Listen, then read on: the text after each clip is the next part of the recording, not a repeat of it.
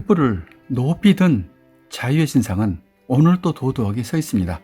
알려진 대로 이 동상은 프랑스가 미국의 독립을 축하하는 선물이었습니다. 그러나 이 선물을 기획한 드 라블레는 축하 이외에 또 다른 의도가 숨어 있었습니다. 그는 자유의 신상을 만들고 전해주는 과정을 통해서 자국 프랑스 국민들을 자극시키려 했던 것입니다.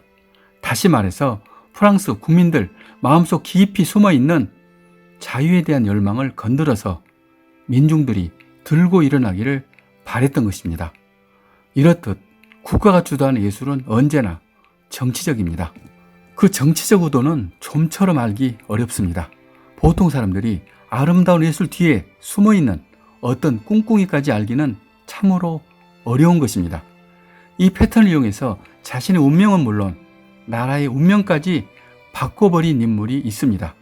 그 사람은 지금 인도의 총리 나렌드라 모디입니다. 2002년 인도 구자라트에서 대규모의 종교 분쟁이 터집니다. 사망자가 2,000명, 난민이 15만 명, 그야말로 대재앙이 발생한 것입니다.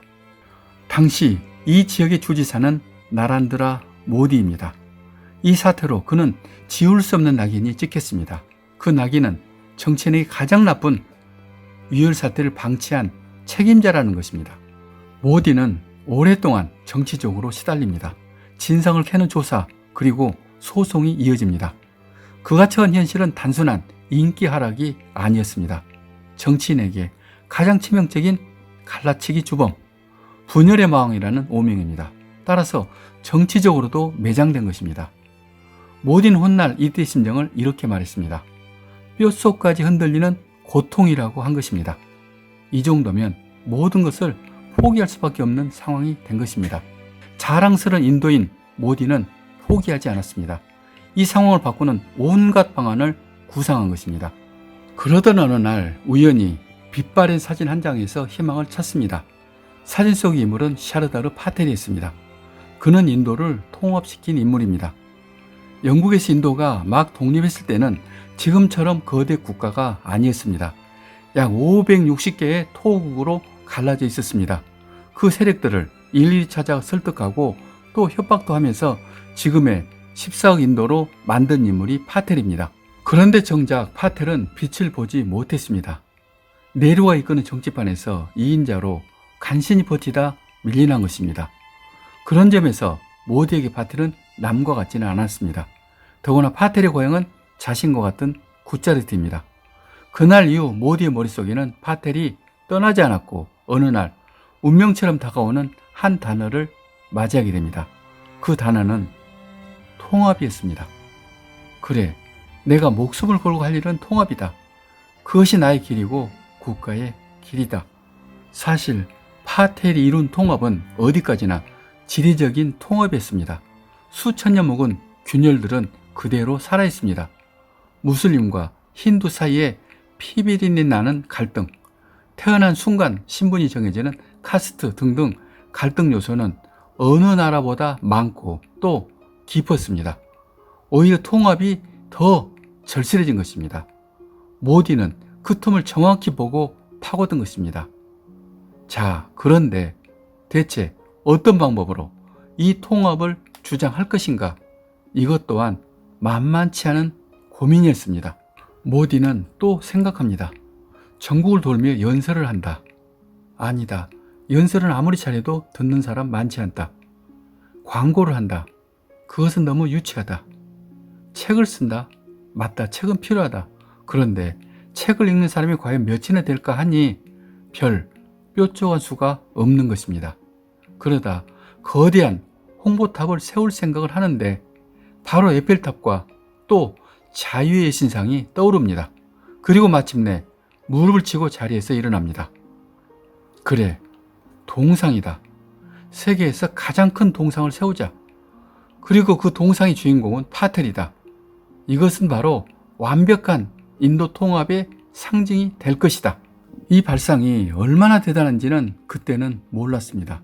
모디가 천재라는 것은 추진 방식에서 또 드러납니다. 이것이 당시 포스터입니다. 포스터에는 시골에서 버린 농기구에 쇠붙이까지 보내달라고 써 있습니다. 구체적으로 200g도 좋다는 것입니다. 즉 핸드폰 무게 정도만 보내도 좋다는 말인데, 이 말은 모디가 진짜 원하는 것은 철이 아니라 사람의 마음이라는 것입니다. 그 외에도 전국 각처에 흙을 모으고 전국 마라톤까지 개최하는데 그 타이틀에는 모두 통합이 붙어 있습니다. 또 그것을 시작하는 날짜는 전부 파들이 태어난 생일입니다. 그야말로 주도 면밀하게 추진하는 그 메시지는 단 하나입니다. 우리 모두가 함께 모여 우리의 상징을 만들자는 호소였습니다. 그리고 그 호소는 통했습니다. 동참하는 사람이 전국적으로 수천만에 이르게 됩니다. 그런데 항상 그렇듯이 반대도 많았습니다. 엄청난 재앙을 부를 것이다. 가난한 나라에서 재정을 축내는 것이다. 죽은 사람을 이용하는 비열한 정치다. 그런데 재미있는 것은 이런 반대가 오히려 도움이 되었다는 것입니다. 비난이 심할수록 모디가 동상을 설명할 기회가 많아진 것입니다. 2013년 동상을 착공하는데 이 무렵 우리나라에도 제작 관련 문의가 있었습니다.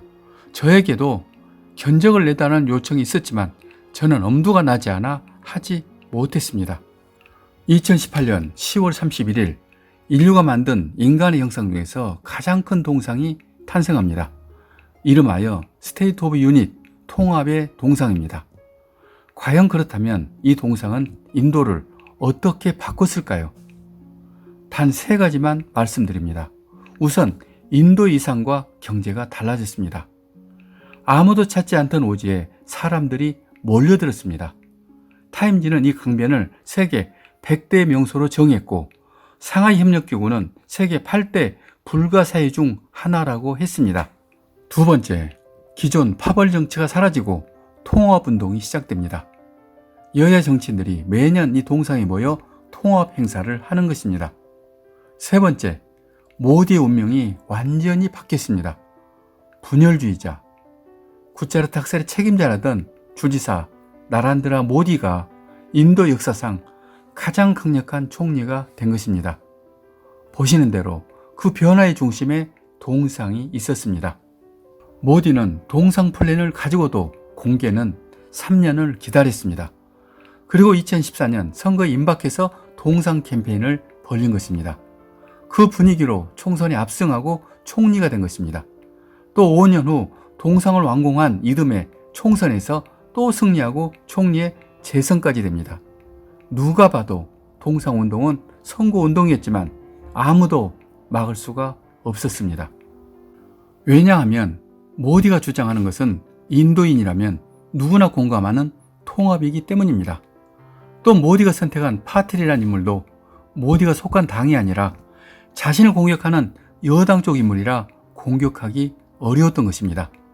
이렇게 결국 모디는 가장 우아한 복수를 하면서 자신의 꿈을 이루고 역사의 주인공이 되었습니다. 또 강조하지만 그 중심에는 예술이 있었습니다. 저는 이 영상을 만들면서 우리나라 통합도 절실하다는 생각을 하고 있습니다. 갈라진 남한과 북한뿐 아니라 동과 서, 진보와 보수, 그 갈라진 골도 너무나 깊고 심각하다는 것을 느끼고 있습니다. 그래서 저는 우리나라에 맞는 통일 또는 통합에 관한 형상을 연구하고 있습니다. 인도처럼 크지는 않더라도 의미가 있고 국가 예산이 아닌 기업이나 민간의 힘으로도 얼마든지 가능하다는 말로 마치겠습니다. 여기까지 저는 작가 이철이었습니다. 예술 제국의 길은 우리가 세계 정상으로 가는 가장 빠른 길입니다. 이 영상을 구독하시는 것은 그 길을 함께 가는 것입니다.